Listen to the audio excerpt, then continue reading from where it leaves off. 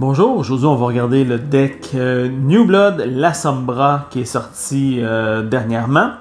Donc c'est un deck de la 5e édition qui est destiné aux nouveaux joueurs, qui est Beginner Level. Et puis qui contient une crypte de 6 vampires ainsi qu'une quarantaine de cartes de librairie. À l'intérieur, il y a 2 nouveaux vampires qui n'ont jamais été édités et puis il y a des réimpressions de vampires qui étaient dans la première édition du deck 5e édition de la Sombra. Puis il y a aussi des cartes de librairie qui sont pour l'instant uniques au deck New Blood. Donc on va déballer ça, puis je vais commenter.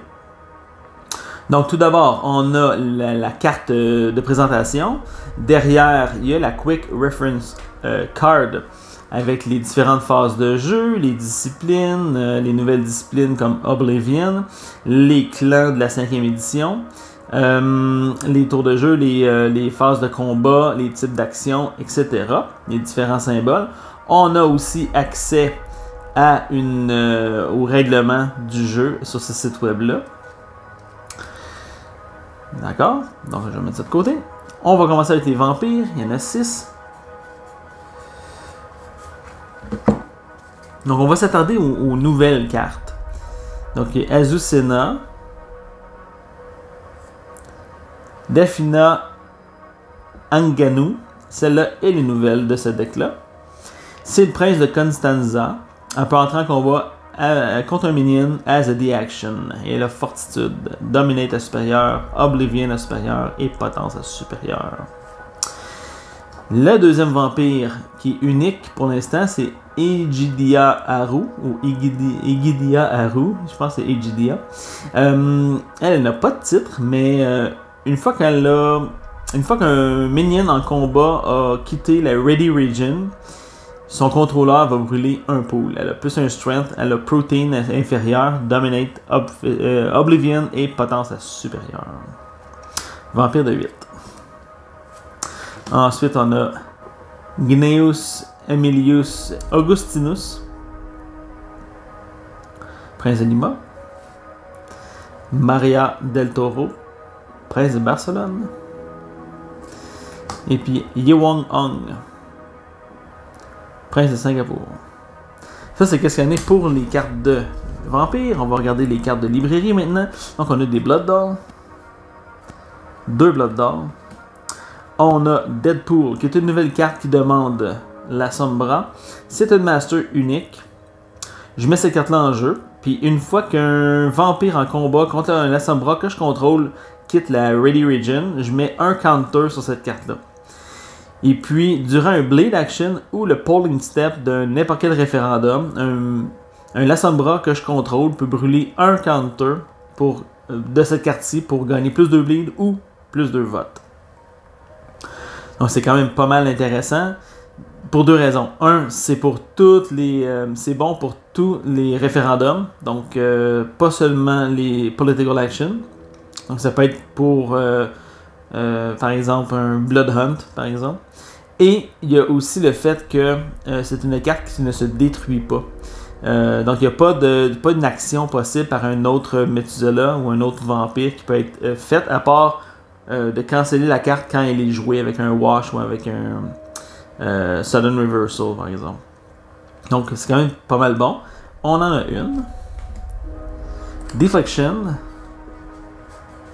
3 Deflection. Un Disarm. On a Grave Robbing. Un Grave Robbing. Un Haven Uncovered. Immortal Grapple pour le combat. 1, 2, 3, 4, 5, 6 Immortal Grapple. Mob Connection pour avoir du press pour continuer un combat. Non, un Monster, c'est pour... c'est une fois qu'un combat se termine, le vampire peut brûler un Blood pour untapper. Un Parity Shift. Parce que là, les La Sombra, ils ont maintenant des princes. Donc, 2 Parity Shift. Raising the Porculus. Ça demande un La Sombra. Et si, je vais mettre cette carte-là en jeu si le référendum passe. Et tant que ma proie contrôle un vampire en torpeur, Les vampires que je contrôle ont plus un bleed. Les vampires peuvent appeler un référendum pour brûler ces cartes-là à un stealth, plus one stealth political action. Puis un métisé-là peut avoir seulement un raising de Portcullis à la fois. Donc on en a un. On a des scouting missions.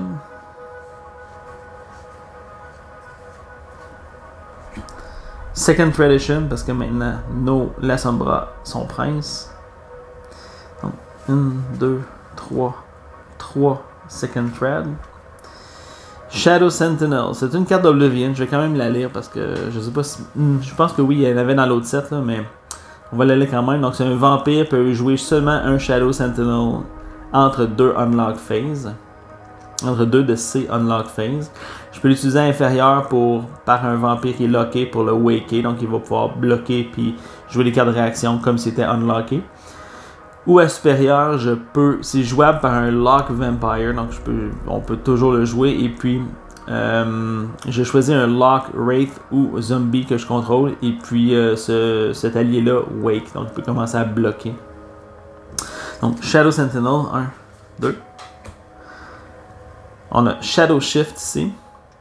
Additional Strike à inférieur, manœuvre à supérieur.